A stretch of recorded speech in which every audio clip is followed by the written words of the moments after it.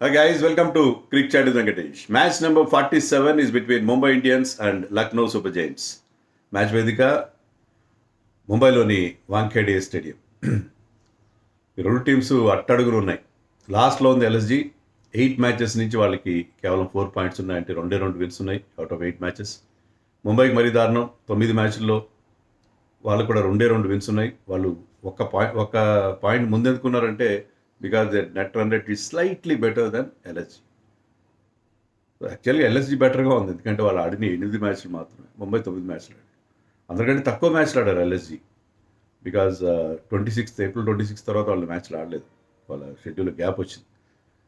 So వాళ్ళకి ఇంకా chance ఉంది, థియరాటికల్ ఛాన్స్. అంటే రిమైనింగ్ అన్ని మ్యాచ్లు గెలిస్తే వాళ్ళు 16 పాయింట్లు వచ్చే అవకాశం ఇప్పటికే ఉంది. ఎందుకంటే they have still 6 matches to go.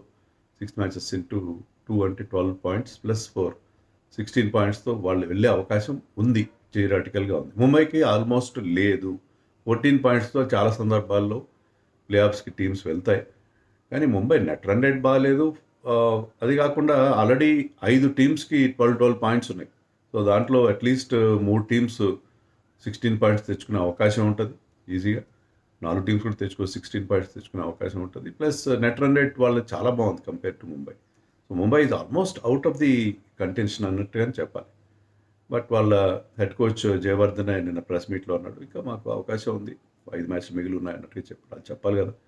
But almost they are out of the race.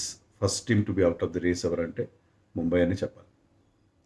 ఎందుకు అంత దారుణంగా ఆడనేది మనం మళ్ళీ విడిగా వేరే వీడియోలో మాట్లాడుకుందాం. బట్ ఈ మ్యాచ్లో నా దృష్టిలో Lucknow will start as favourites because they have got a wonderful bowling attack. వాళ్ళకి ఎన్నో సమస్యలు ఉన్నాయి బ్యాటింగ్లో, కానీ బౌలింగ్ మాత్రం probably one of the best pace attack వాళ్ళకు ఉంది, అలాంగ్ విత్ గుజరాత్ టైటన్స్ అని చెప్పాలి. ఎందుకంటే షమి టెస్ట్ మ్యాచ్ లెంత్స్ వేస్తున్నాడు. మీకు న్యూ బాల్తో యూ గో ఫర్ వికెట్స్, అది అతని థియరీ. దాంట్లో మీరు ఎకానమీ అన్ని కాదు, న్యూ బాల్తో you try to get wickets and is getting wickets. మంచి ఇంపార్టెంట్ వికెట్స్ తీస్తున్నాడు and is looking very good. మంచి స్టార్ట్ అందిస్తున్నాడు. And Prince Yadav is very good with his clever variations. ఏ ఫేజ్లో ఏ లెంత్ వేయాలి అనేది అతను బాగా తెలుసు. And is not very tall bowler, but he's getting not very extremely pacey కూడా, పేసీ కాదు, బట్ వెరీ ఎఫెక్టివ్. అందరిలోకి బెస్ట్. 13 వికెట్లన్నీ వచ్చినాయి అతనికి ఇప్పటివరకు ఆడిన 8 మ్యాచ్లో. ఆల్ ఫేజెస్లో పవర్ ప్లేలో వికెట్లు తీస్తాడు, మిడిల్ ఓవర్స్లో తీస్తాడు, డెత్లో కూడా మంచి బౌలింగ్ వేస్తాడు, యార్కర్స్ వేస్తాడు, అన్నీ వేస్తాడు. సో అతను చాలా ఇంప్రెసివ్గా స్టార్ట్ చేశాడు. లాస్ట్ సీజన్లో కూడా బాగా చేశాడు. ఈ సీజన్లో వాళ్ళకి మరింత బాగా అంది వచ్చాడు. ఇక మొహసిన్ ఖాన్ వాళ్ళు ఆడిన 8 మ్యాచ్లు 4 మ్యాచ్లు ఆడాడు బికాజ్ ఆఫ్ ఇంజరీ. కానీ ఆ 4 మ్యాచ్లు చాలా ఇంప్రెసివ్గా ఉన్నాడు. ఆల్రెడీ 5 వికెట్ హాల్ ఉంది, 3 మెయిడెన్ ఓవర్స్ ఉన్నాయి, ఇంక్లూడింగ్ 1 to వైభవ్ సూర్యవంశీ. అదే ఓవర్లో వికెట్ కూడా వచ్చింది, wicket maiden. So he's very very effective. He he's got all the requirements of fast bowler. He's tall, he's got pace, left arm and variations ఉన్నాయి. Slower ones, bouncer, yorker అన్నీ. And execution బాగుంది. ఇప్పుడు మీరు అనుకోవచ్చు నేను yorker వేస్తాను, slower one వేస్తాను, దాని ప్రాపర్ ఎగ్జిక్యూషన్ అతనికి బాగా తెలుసు, వెరీ యాక్యురేట్. అండ్ అతని ఎకానమీ 6.3 ఎంతో ఉంది 4 మ్యాచ్ల తర్వాత. 4 మ్యాచ్, బట్ 4 మ్యాచ్లో హైలీ ఇంప్రెసివ్. 3 మెయిడెన్ ఓవర్లు వేయడం అంటే ఎవరు వేయలేదు. ఒక్కొక్క మెయిడెన్ ఓవర్ 4 ఎంతో, మిగతా వాళ్ళు 4 అదర్ మెయిడెన్ ఓవర్స్ వచ్చాయి. And each bowler got 1 maiden over each, like Akeal Hosein, Suyash Sharma. Yesterday I think Rabada bowled 1 wicket maiden. So చాలా అరుదుగా వచ్చే 3 మెయిడెన్ ఓవర్స్. డాట్ బాల్స్ ఎక్కువ వేసి ప్రెషర్ మెయింటైన్ చేస్తాం. Dot balls relentless pressure maintain చేయడంలో అతను ఎక్స్పర్ట్గా ఉన్నాడు. సో ఈ ముగ్గురు ఉండడంతో Digvesh Rathee not as effective as last season, but అలా అని చెప్పి ఓల్డెన్ రన్స్ ఇచ్చేయడం అలా లేదు.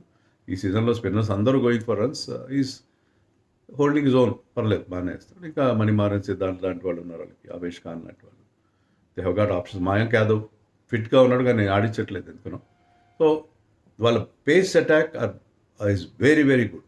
That is the strength. అందుకే వాళ్ళకే ఎడ్జ్ ఉంది ఈ మ్యాచ్లో అని చెప్తాను నేను. ఎందుకంటే రెడ్ సాయిల్ పిచ్ మీద ఆడుతున్నారు, pitch number 4, which is good for batting. But red soil పిచ్లో ఆ బౌన్స్ అండ్ ఎర్లీ మూమెంట్ ఖచ్చితంగా ఎల్ఎస్జీకి ఎల్ఎస్జీ ఫాస్ట్ బౌలర్స్కి హెల్ప్ చేస్తుంది. అండ్ వాళ్ళకి ఇంకో అడ్వాంటేజ్ ఏంటంటే Josh Inglis is available for selection. Josh Inglis టీంతో జాయిన్ అయ్యాడు మనం చెప్పుకున్న 4 మ్యాచ్లు ఆడుతున్న అతను ఏదో పెద్ద ఆ, ఆ, కొత్త అల్లుడిలాగా అతని కోసం 8 కోట్లు 8.5 కోట్లు పెట్టి ఖర్చు పెట్టి తీసుకున్నాం. సో అతను తన హనీమూన్ మిగించుకొని వచ్చాడు. వచ్చి కొత్త అల్లుడు గారు ఈసారి అవైలబుల్గా ఉన్నారు, 4 మ్యాచ్లు ఆడతాడు, మరి ఇక్కడి నుంచి అన్ని మ్యాచ్లు ఆడతాడు, లేదు ఇంకా మిగిలిన 6 మ్యాచ్లు ఆడతాడు. సో అతను స్పిన్ బాగా ఆడతాడు. Last season had a decent season with Punjab. So Josh Inglis రావడంతో వాళ్ళకి ఎక్స్ట్రా బ్యాటింగ్ అతను బెటర్గా ఆడతాడని మనం ఎక్స్పెక్ట్ చేయొచ్చు. మరి పూరన్ డ్రాప్ చేస్తారా? డ్రాప్ చేయొచ్చు, డ్రాప్ చేయకపోయినా పర్వాలేదు. ఎందుకంటే పూరన్ డ్రాప్ చేయాలని నన్ను అడిగితే అతను ఉన్న పూర్ ఫామ్లో. బట్ ఆ హిమ్మత్ సింగ్ కానీ మిగతా వాళ్ళు సమర్థ్ వాళ్ళు ఎవరు ఆడట్లేదు కాబట్టి, because they are playing with only 3 foreign players. వాళ్ళ ఫాస్ట్ బౌలింగ్ అటాక్ అంతా కూడా మీకు ఫాస్ట్ బౌలింగ్ అండ్ స్పిన్ కానీ అంతా ఇండియన్ అటాక్ ఉంది కాబట్టి, వాళ్ళు జార్జ్ లిండాని ఆడించకపోతే they can still play Nicholas పూరన్ని ఆడిస్తూ కూడా వాళ్ళు they can have Inglis in the side. So Josh Inglis రావడంతో బ్యాటింగ్లో ఏమైనా కొంత బెటర్ అవుతుందేమో చూడాలి. బట్ వాళ్ళ వరల్డ్ క్లాస్ ప్లేయర్స్ మార్ష్ కానీ పంత్ కానీ మార్క్రమ్తో సహా ఎవరు పర్ఫామ్ చేస్తున్నారు, ఎవరు పర్ఫామ్ చేయట్లేదు కదా. సో అది వాళ్ళకున్న మేజర్ ప్రాబ్లం. మరి ఇక్కడ మంచి బ్యాటింగ్ పిచ్ మీద మార్ష్ లాంటి వాళ్ళు బాగా ఆడతారా? మార్క్రమ్ లాంటి వాళ్ళు బాగా ఆడతారా? పంత్ మళ్ళీ will he find his mojo again? Is under tremendous pressure. Team ఓడిపోవడం, తన బ్యాటింగ్ సరిగ్గా లేకపోవడం. He's not looking in bad touch at all. మంచి టచ్లోనే కనిపిస్తున్నాడు, but not getting those big ones. So ఈ ప్రాబ్లమ్స్ నుంచి బయటపడితే ఎల్ఎస్జీకి ఏమైనా ఛాన్స్ ఉండే అవకాశం ఉంది. ఇక ముంబై విషయానికి వస్తే రోహిత్ శర్మ ఫిట్నెస్ చేసినట్టు మనకి వార్తలు వస్తున్నాయి. ఫిట్నెస్ చేసి అతను రెడీగా ఉంటే Rohit can get in to the team. Rohit వస్తే రాబిన్ మిన్స్ టీంలో ప్లేస్లో వస్తాడు. విల్ జాక్స్ కాస్త వెనక్కి పంపిస్తారు, వెనక్కి నెడతారు, అండ్ ఈ విల్ ఓపెన్ విత్ క్రికెటర్. అలాగే క్రిష్ భగత్ కూడా ఏం పెద్దగా ఇంప్రెస్ చేయలేదు. అతని ప్లేస్లో శార్దుల్ ఠాకూర్ మొన్న 2 మ్యాచెస్ క్రితం అతన్ని తీసుకొచ్చారు ఇంపాక్ట్ సబ్గా. బట్ ఒక్క బాల్ కూడా వేయలేదు, బ్యాటింగ్ చేయలేదు, బౌలింగ్ చేయలేదు, ఒక రికార్డ్ క్రియేట్ చేసి వెళ్ళాడు. సో శార్దుల్ ఠాకూర్ వచ్చే అవకాశం ఉంది, అంతకు మంచి వాళ్ళకి ఆప్షన్స్ కూడా లేవు in place of Krish Bhagat. అలాగే రాబిన్ మిన్స్ ప్లేస్లో రోహిత్ శర్మ వస్తాడని మనం ఎక్స్పెక్ట్ చేయొచ్చు. సో రోహిత్ శర్మ వస్తే ఏమైనా టీంకి ఆ బూస్ట్ వస్తుందేమో. రోహిత్ ఏమైనా అగ్రెసివ్ స్టార్ట్ అందించి టీంని కాస్త ఉత్తేజపరిచే అవకాశం ఉంటుందేమో చూడాలి. Otherwise team is looking down and out అన్ని రకాలుగా, బ్యాటింగ్ బౌలింగ్ అన్నింటిలో కూడా. ముఖ్యంగా బౌలింగ్లో వాళ్ళకి చాలా వీక్నెస్ ఉంది. ట్రెంట్ బోల్ట్ చాలా ఏరుకోరి తీసుకున్నారు మళ్ళీ టీంలోకి, హోమ్ కమింగ్, పవర్ ప్లేలో వికెట్స్ ఇస్తారని. కానీ పవర్ ప్లేలో ఈ సీజన్లో ఒక్క వికెట్ కూడా తీయలేదు అతను. And it's totally looking out of sorts. అతని లెన్స్ కంప్లీట్గా డిస్టర్బ్ అయిపోయినాయి. ఈజ్ నాట్, అది వాళ్ళే కోచెస్ చెప్తున్నారు, is missing his length. So Trent Boult చాలా యాక్యురేట్గా వేసే బౌలర్, అతను లెంత్ మిస్ అవ్వడం చాలా ఆశ్చర్యంగా మనకు అనిపిస్తుంది. సో ఎందుకంటే ఇతను ఇంటర్నేషనల్ క్రికెట్ దూరంగా ఉన్నాడు కాబట్టి అతనికి ఆ రెగ్యులర్ కాంపిటేటివ్ టచ్ పోయినట్టుగా ఉంది. అండ్ మిగతా బౌలర్స్ కూడా గజన్ఫర్ ఒకటే కొంతవరకు ఇంప్రెసివ్గా వికెట్లు అవి తీస్తున్నారు. లాస్ట్ మ్యాచ్లో రఘు శర్మని తీసుకొచ్చారు, పర్వాలేదు. అతను ఆర్థడాక్స్ లెగ్ స్పిన్నర్, ఇప్పటి లెగ్ స్పిన్నర్లా కాదు, ఆర్థడాక్స్ గ్రిప్ ఉంది, షేన్వాన్ కైండ్ ఆఫ్ గ్రిప్ ఉంది అతనికి. సో అతను పర్వాలేదు, బాగానే అనిపించాడు. చూడాలి మరి అతన్ని కంటిన్యూ చేస్తారనుకుంటా ఈ మ్యాచ్లో. But their bowling is totally out of sorts.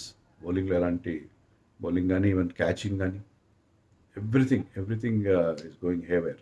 ఏమాత్రం వాళ్ళకి ఏది కలిసి రావట్లేదు. మరి అట్లీస్ట్ హోమ్ మ్యాచ్లో మరి ఇప్పుడు ఏంటంటే ప్రెషర్ లేదు వాళ్ళ మీద, నథింగ్ టు లూజ్ సిచ్యుయేషన్ కాబట్టి ఏమైనా బెటర్గా పర్ఫామ్ చేస్తారేమో చూడాలి. పిచ్ నేను చెప్పినట్టుగా దిస్ గుడ్ ఫర్ బ్యాటింగ్ అనుకూలించే పిచ్ అది. లాస్ట్ టైం ఇక్కడ ముంబై వర్సెస్ పంజాబ్ మ్యాచ్ జరిగితే 195 చేశారు ముంబై, దాన్ని పంజాబ్ ఈజీగా చేజ్ డౌన్ చేశారు. సో 195 ముంబై చేశారు, కానీ ముంబై కొన్న బ్యాటింగ్ వర్రీస్ వల్ల అలా చేశారు. కానీ అక్కడ 195 కంటే ఎక్కువ చేసే పిచ్ కావచ్చు అది, పిచ్ నెంబర్ 4. ఈ మధ్య వరుసగా మనం లో స్కోరింగ్ మ్యాచెస్ వస్తున్నాం. This could be A high scoring match అని మనం ఎక్స్పెక్ట్ చేయొచ్చు. I think Lucknow will definitely start as favourites. Lucknow ఉన్న బౌలింగ్తో, వాళ్ళకున్న బెటర్ బౌలింగ్తో మళ్ళీ ముంబైకి మరొక డిఫీట్ ఇస్తారేమో చూడాలి. లేకపోతే ముంబై మనం అనుకున్నట్టుగా నథింగ్ టు లూజ్ కాబట్టి వాళ్ళు ఈసారి మరింత ఫ్రీగా ఆడి ఒక విజయం, ఒక కన్సలేషన్ విక్టరీ తమ ఖాతాలో వేసుకుంటారేమో చూడాలి.